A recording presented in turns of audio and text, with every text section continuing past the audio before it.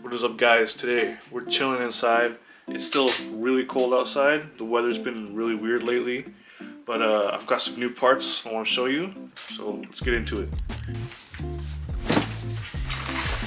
It's always exciting getting new parts, except these aren't exactly new. These are some used parts I got off of Marketplace, and they were just too good a deal to pass up. Any guesses? These are taillights. Check it out. Now these are for the Lexus, if you couldn't tell. So these are actually factory taillights, but they are a little bit different from the ones that I have on the car right now. So the Lexus IS, the second gen, it came out with, I think, like 4 different taillight designs. The ones that came on the original, the 2006 until 2008. The same thing on the ISF, except the corners were clear.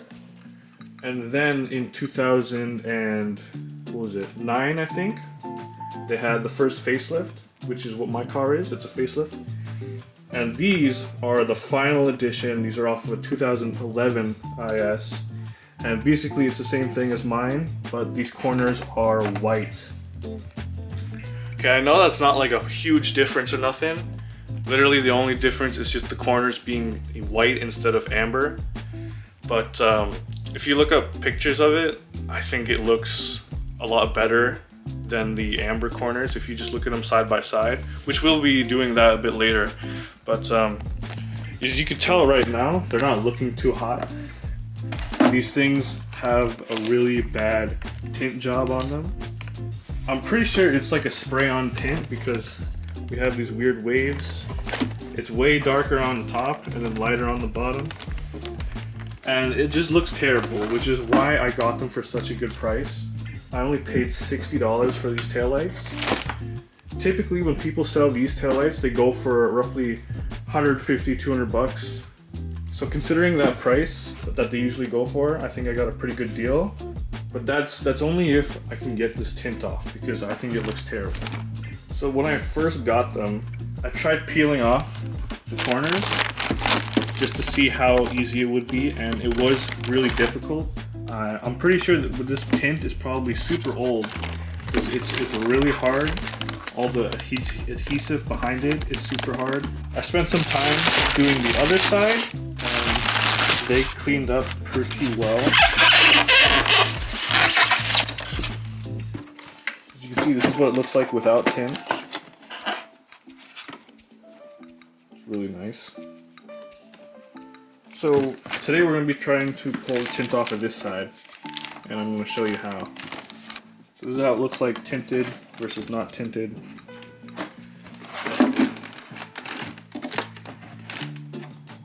I think it looks way better without the tint.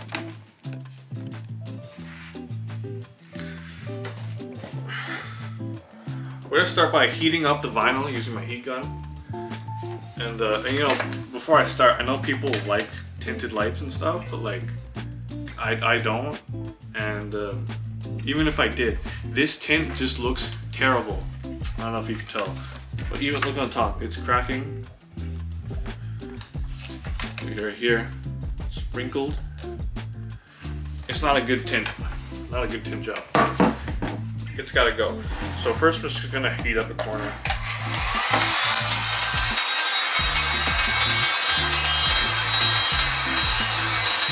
Now I don't think I could actually like burn the plastic. I don't know, maybe.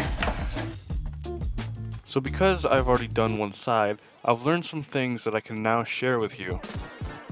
First off being, this is going to be a very tedious process. It's going to take a long time and you have to have a lot of patience.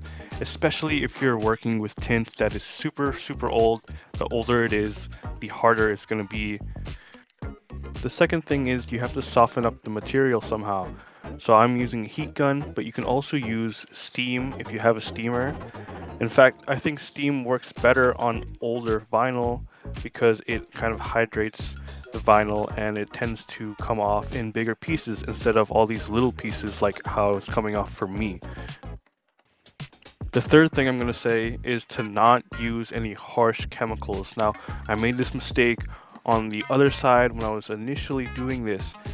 After I pulled off the vinyl, you can see there's a lot of residue left over. Now, that was really difficult to get off, and the way I removed it was using Goo Gone.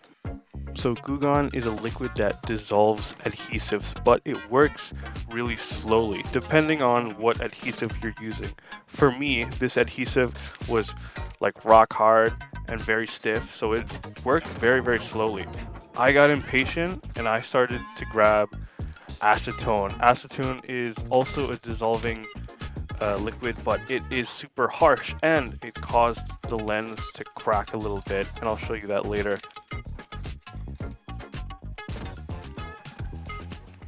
So we've got all of the vinyl off, but now we got a really thick layer of this adhesive stuck on here. And I managed to get a little bit off at this corner. I'm trying some couple different methods.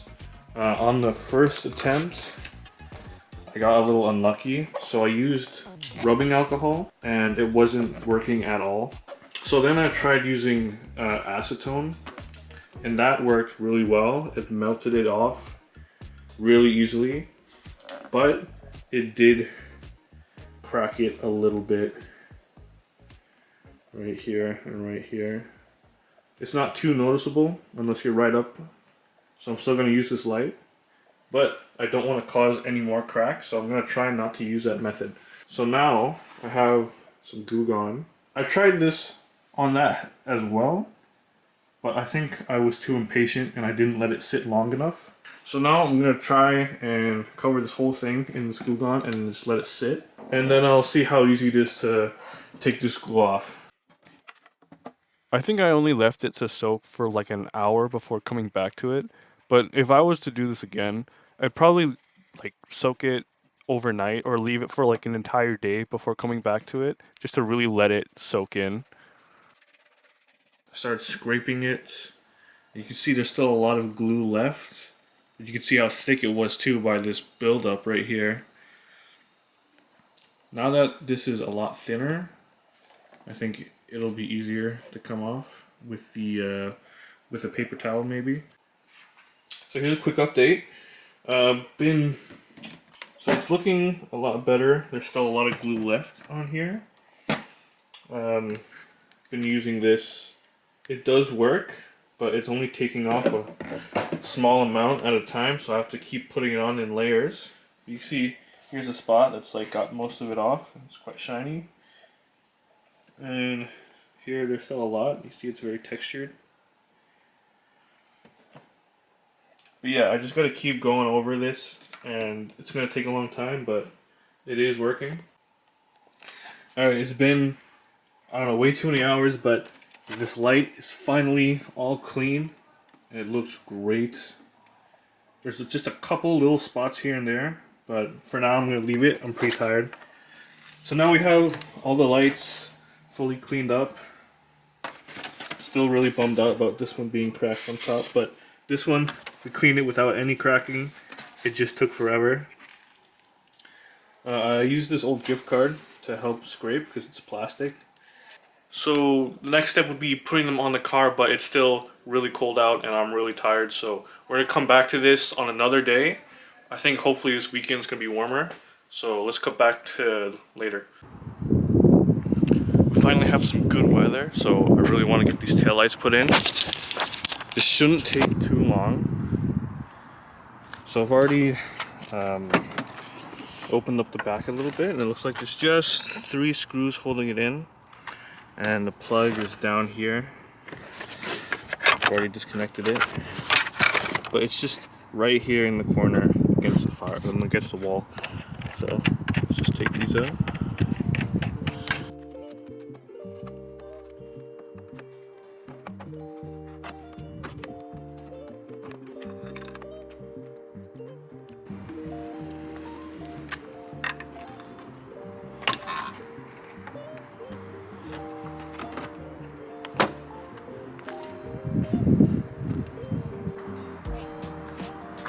Just turned on the flashers to check if it was working.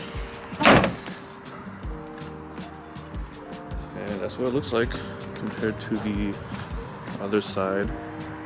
It's a really small difference, but I think it looks a lot better with the clear corners.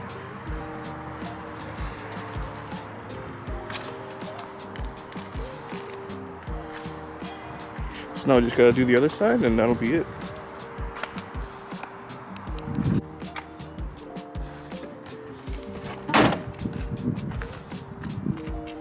So that's it. That was super easy to install. It literally took me maybe 10 minutes at most. So what do you guys think? Does it look better?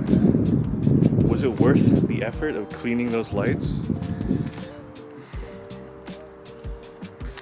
I'm still upset that it cracked right here, but honestly, I don't think it's that bad if you take a few steps back. Maybe if I find another pair locally, I'll change that one. Or if I find some aftermarket lights, I might change it. But I think I really like this for the time being. Let me know your thoughts. That's gonna be it for this video. Thanks for watching.